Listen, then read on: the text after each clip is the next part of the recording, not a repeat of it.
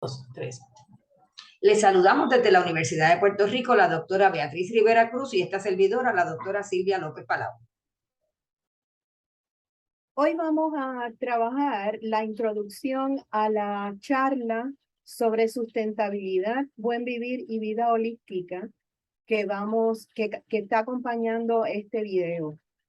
Esperamos que lo disfruten.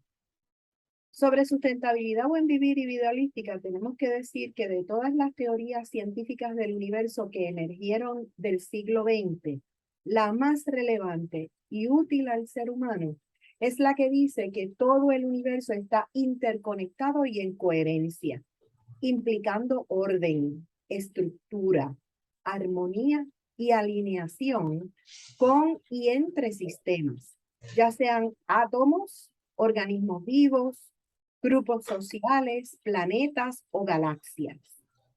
La realidad relacional es compleja, por lo que no puede ser explicada con modelos reduccionistas y lineales.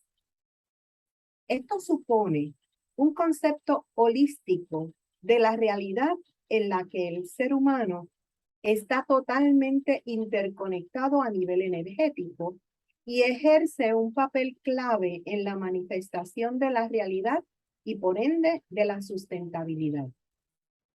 Hoy exploraremos con nuestra expositora preguntas tales como: ¿en qué consiste la vida holística? ¿Por qué es importante?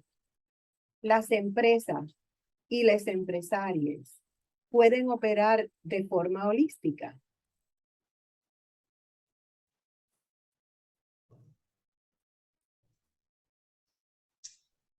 Vamos a hablar sobre semántica. La palabra semantics deriva del significado del griego kuma, que es ola u onda, para describir los efectos periódicos que tienen el sonido y la vibración de la materia. El doctor Hans Jenny, ya para el 1904, nació en 1904, es un médico y científico suizo que estudió las relaciones entre la materia y la energía y respaldado por una metodología muy bien documentada que puede ser reproducida en los laboratorios. Construyó el fundamento de una nueva ciencia a la que llamó simática. El doctor Jenny puso arena, aceites y polvo sobre platos de metal que él hizo vibrar con un generador especial de frecuencia y un altavoz. Sus experimentos produjeron bonitos e intrincados patrones que eran únicos para cada vibración individual. Más aún, estos patrones variantes permanecieron intactos mientras el sonido pulsaba a través de la sustancia. Si se detenía el sonido, el patrón colapsaba. 14 años de experimentación le llevaron a comprobar que en mayor o menor grado de complejidad molecular de un ser depende de la frecuencia de energía que reciba su cuerpo. Esto así dicho parece complicado, pero vamos a ver este videíto de 5 minutos para que vean lo que les estoy diciendo.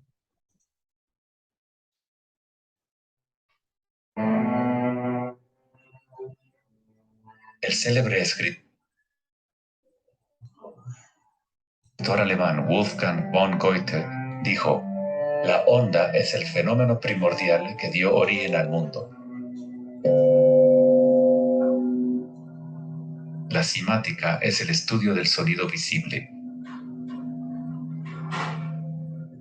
La palabra simática proviene de la raíz griega kuma, que significa onda o vibración.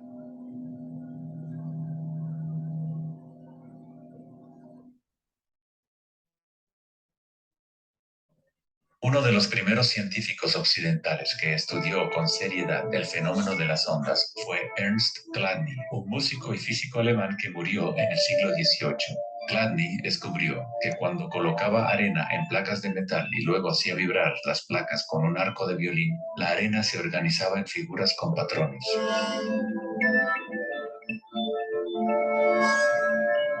Diferentes formas geométricas aparecían dependiendo de la vibración producida.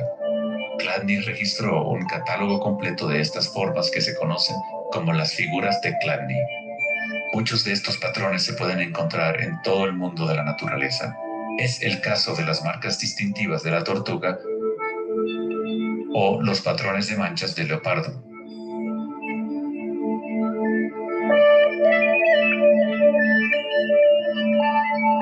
El estudio de los patrones Chladni o patrones ximáticos es uno de los métodos secretos con el que los fabricantes de alta calidad de guitarras, violines y otros instrumentos prueban la calidad del sonido que emiten.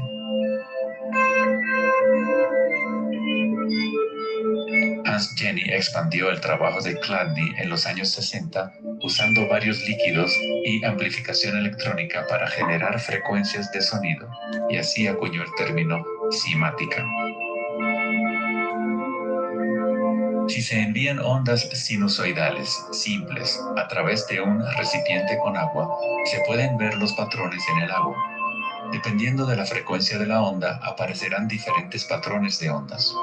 Cuanto más elevada sea la frecuencia, más complejo será el patrón. Estas formas son repetibles, no aleatorias. Cuanto más observas, más empiezas a ver cómo la vibración organiza la materia en formas complejas que comenzaron en simples ondas repetitivas.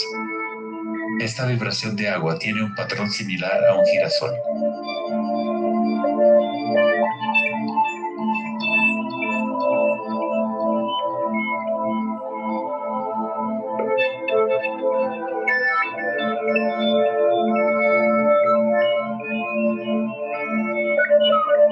Tan solo cambiando la frecuencia de sonido se obtiene un patrón diferente.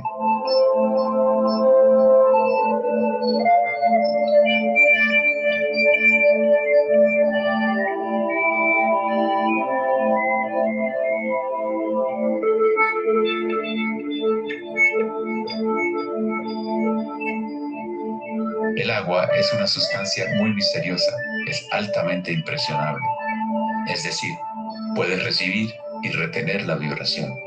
Debido a su capacidad y sensibilidad de resonancia elevada y a su disposición interna para resonar, el agua responde instantáneamente a todos los tipos de ondas acústicas.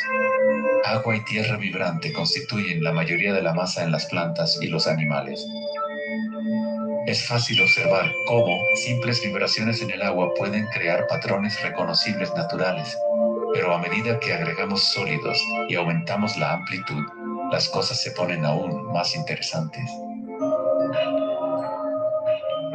Al añadir almidón de maíz al agua, obtenemos fenómenos más complejos.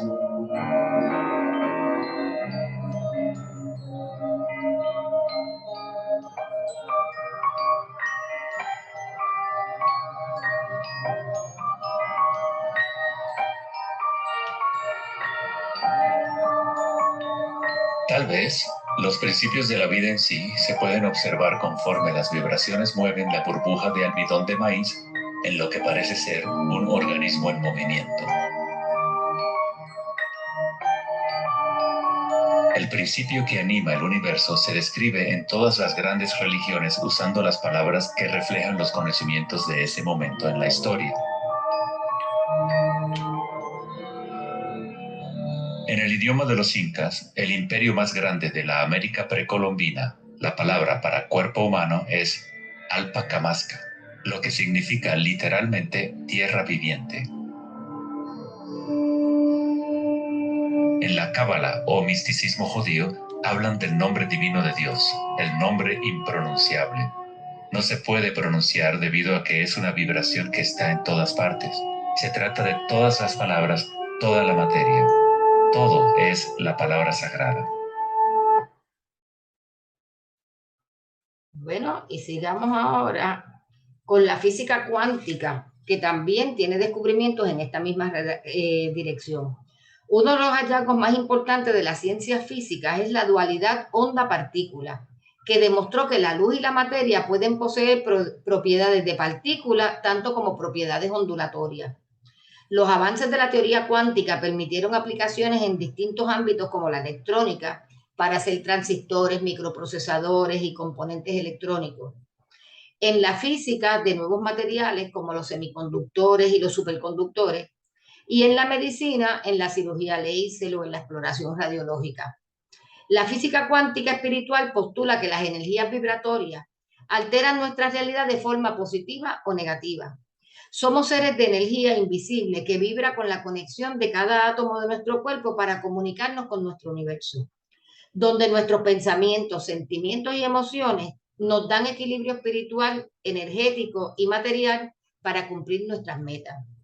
Dalai Lama argumenta que somos polvo de estrellas y estamos conectados biológicamente a cualquier ser con vida.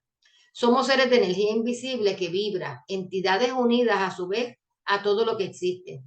El budismo siempre ha defendido esa idea y esa necesidad, la de trascender a lo físico para dar mayor relevancia a nuestra conciencia.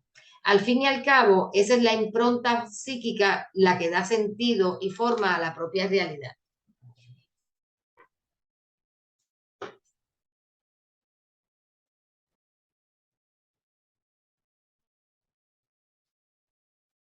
Refraseando a Fernando Guanacuni, que ha estado con nosotros en otras charlas y con él hemos aprendido sobre los pueblos originarios y el buen vivir.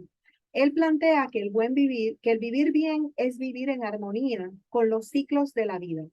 Saber que todo está interconectado, interrelacionado y es interdependiente. Vivir en equilibrio con todas las formas de existencia. Todo vive. Decimos en Aymara, ya les hemos hablado de qué es el idioma Aymara, las montañas, el río, los insectos, los árboles, las piedras, todo vive. Por lo tanto, es parte de un equilibrio perfecto de la vida. Y nosotros, para reconstruir el vivir bien, tenemos que vivir en equilibrio con todas las formas de existencia y no solamente con todo lo que vemos, incluso con lo que no vemos. Nuestros abuelos, abuelas, nuestros ancestros, porque ellos también están con nosotros. Es importante salir de esa visión monocultural, uninacional, salir del monocultivo mental. Así como el monocultivo ha deteriorado la madre tierra, la vitalidad y la fertilidad, tenemos que salir del monocultivo mental que también ha deteriorado la capacidad natural que cada uno tiene. El árbol no vive para sí mismo. El insecto, la abeja, la hormiga, las montañas, no viven para sí mismos, sino en complementariedad, en reciprocidad permanente. Es importante, ahora que estamos grabando esto para octubre, que la celebración del Día de los Muertos en la Villa Yala es muy diferente al Halloween de Viernes 13 y las brujas y los seres malignos.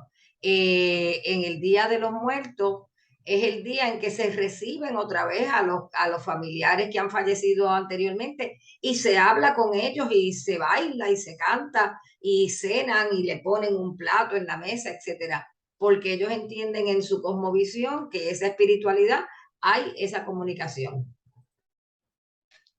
La expositora que vamos a tener va a exponer sobre el holismo y ustedes van a poder apreciar eso en la presentación que deben verificar para la actividad que vamos a tener.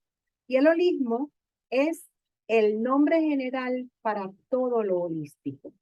Es una posición metodológica y de pensamiento que plantea el abordaje de los sistemas de cualquier índole, sociales, físicos, biológicos, mentales, etc. Y de sus respectivas propiedades, desde una perspectiva total de conjunto y no puramente a través de los elementos que los constituyen, o sea, de los pedacitos. Se trata, en fin, de una visión de conjunto de las cosas, que prefiere considerar el sistema como un todo integrado y global. Se puede tener una visión holística de cualquier cosa.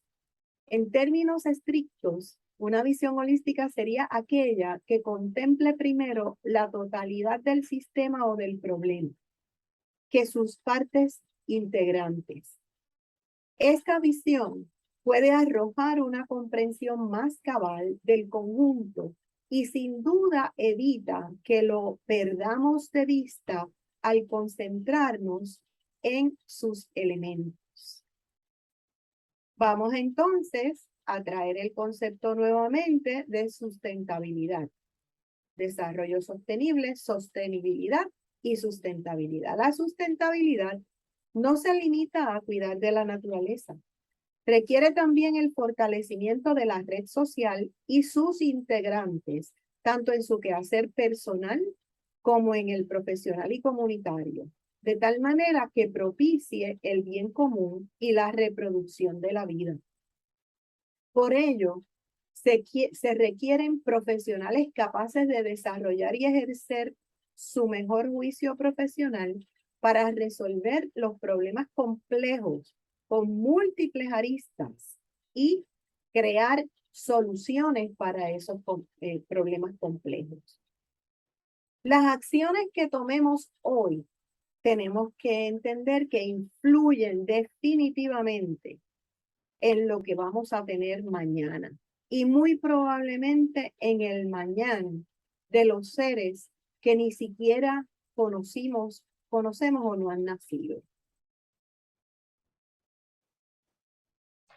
Cada uno de nosotros tiene que poder manejar este tema de sustentabilidad desde el punto de vista del razonamiento, pero tiene que poder también manejarlo desde el punto de vista de la conducta.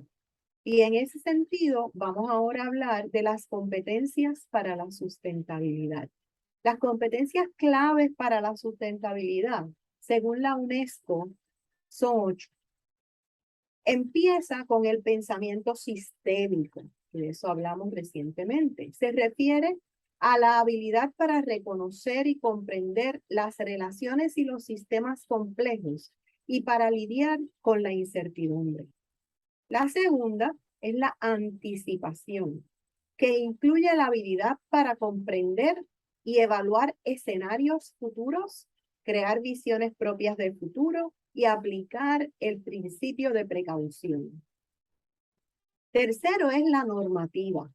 Agrupa las habilidades para comprender las normas y valores detrás de las acciones, negociar en contextos conflictivos y contradictorios. La cuarta es la estratégica, que contempla la habilidad para desarrollar e implantar acciones innovadoras que promuevan la sustentabilidad. Número 5 está la colaboración, que se refiere a las habilidades para aprender de otros, sentir empatía, abordar conflictos, facilitar su resolución de forma colaborativa y participativa. Número 6, el pensamiento crítico. ¿Quién no ha escuchado de esta competencia? Pues para nosotros, en sustentabilidad es la habilidad para cuestionar normas, prácticas y opiniones y reflexionar sobre las acciones propias. Y como resultado, asumir posturas sobre la sustentabilidad. La séptima es la autoconciencia, que es la habilidad para reflexionar sobre el rol que cada cual en la comunidad local y en la sociedad mundial tiene. Y la octava, que es la última de esta lista, es la competencia integrada de resolución de problemas, que no es otra cosa que la habilidad para aplicar diversos enfoques para solucionar problemas de sustentabilidad complejos, integrando las competencias antes mencionadas. Así que de diferentes abordajes, perspectivas y disciplinas científicas y filosóficas, recientes y milenarias, cada vez va ganando más aceptación la idea de la interconexión entre todo lo que compone el universo o multiverso, visible o invisible. Tal conexión implica la existencia de realidades complejas que hay que examinar con diferentes herramientas, actitudes, visiones y sentires de los que hemos estado acostumbrados hasta ahora. Así que tenemos que preguntarnos todos y todos los días, ¿cómo logramos la sustentabilidad desde una perspectiva holística? Y vamos a concluir esta presentación con algunos conceptos para la vida, porque son conceptos que se han estado manejando mucho, sobre todo en el periodo pandémico. Y es bueno como que aclarar sus definiciones y ver cómo lo usamos utilizando esta perspectiva y el pensamiento crítico y de cómo todo está interconectado. La información es la comunicación o adquisición de conocimientos que permiten ampliar o precisar los que se posee sobre una materia determinada. Mientras que la desinformación es la falta de información, la ignorancia. O sea que yo no te puedo desinformar a ti, porque yo no te puedo quitar la información que tú tienes. Yo puedo darte información equivocada, incorrecta. Yo te puedo pasar información falsa, mentiras, etcétera. Pero quitarte la información que tienes, no. Así que eso de que se usa tanto en los medios, de que si la desinformación, pues no, la desinformación es falta de información o ignorancia. ¿Ok? Decir es asegurar, sostener, opinar sobre algo. Contradecir es decir lo contrario de lo que la otra afirma o negar lo que se da por cierto. ¿Se acuerdan cuando hablamos de la ortodoxia y la heterodoxia? No pasa nada con que tengamos visiones contradictorias. De esas contradicciones, posiblemente es que logremos encontrar las soluciones a los problemas complejos que tenemos, sobre todo para lograr la sustentabilidad. Así que no tenemos que tener nunca miedo ni a decir ni a contradecir. Claro, siempre con el respeto, porque las ideas se pueden debatir. Hay ideas buenas, malas, descabelladas, peores, mejores. Pero las personas tenemos derecho a tener ideas buenas, malas, peores, descabelladas, equivocadas. Y es con argumentación, con respeto, con paciencia, que logramos educarnos entre todos y ver entonces estos problemas desde diferentes puntos de vista y ir encontrando soluciones juntos. La libertad de expresión. Toda persona tiene derecho a la libertad de opinión y de expresión. Este derecho incluye no ser molestada a causa de sus opiniones, el de investigar y recibir informaciones y opiniones, y el de difundirlas sin limitación de fronteras por cualquier medio de expresión. Mientras que la censura es el poder que ejerce el Estado, una persona o grupo influyente para prohibir la difusión pública de información contraria a sus intereses.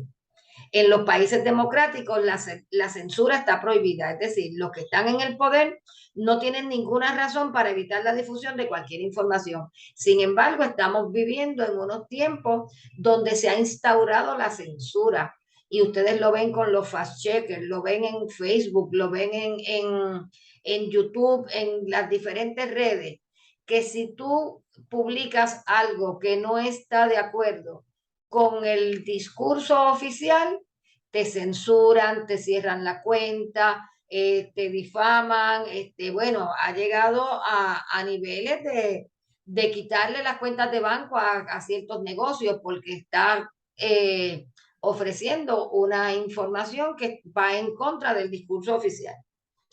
Y en la universidad la libertad académica incluye la libertad de los profesores, de los estudiantes y las instituciones académicas como tal, de tener como meta la búsqueda desinteresada de la verdad y del conocimiento, sin importar hacia dónde conduzca y sin una interferencia indebida o irrazonable. Por eso es que es importante cuando uno recibe una información preguntarse siempre, ¿quién se beneficia con esto? Y es lo que hacen los auditores en contabilidad, siguen el dinero.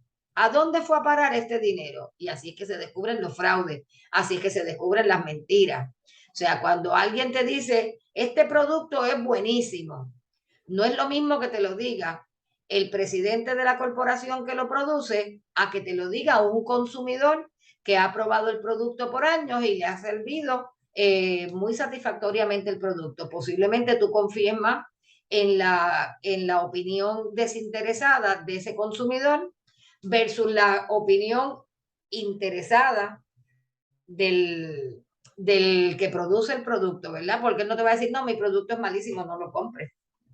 Así que siempre tenemos que tener eso en mente. Y estos son pues conceptos para la vida. Y terminamos precisamente que cómo hacemos entonces con tantas diferencias y tantas maneras de ver el mundo y de sentirlo, de vivirlo, ¿verdad? Pues mira, ante la diversidad de las percepciones válidas, es vital desarrollar la tolerancia definida como el respeto a las ideas, creencias o prácticas de los demás cuando son diferentes o contrarias a las propias.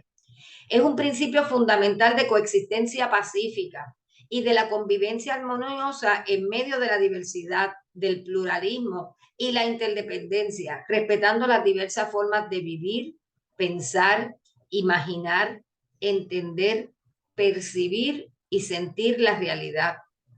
Por ello, uno cuando está haciendo estos conversatorios donde tenemos los diálogos y los debates, no pretendemos encontrar consensos o acuerdos necesariamente. Si los encontramos, qué bueno, ¿verdad?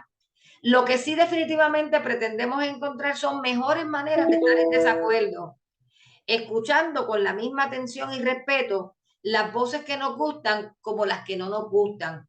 Y eso es un poco también lo que tenemos que aprender cuando hablamos, por ejemplo, de los derechos de la naturaleza.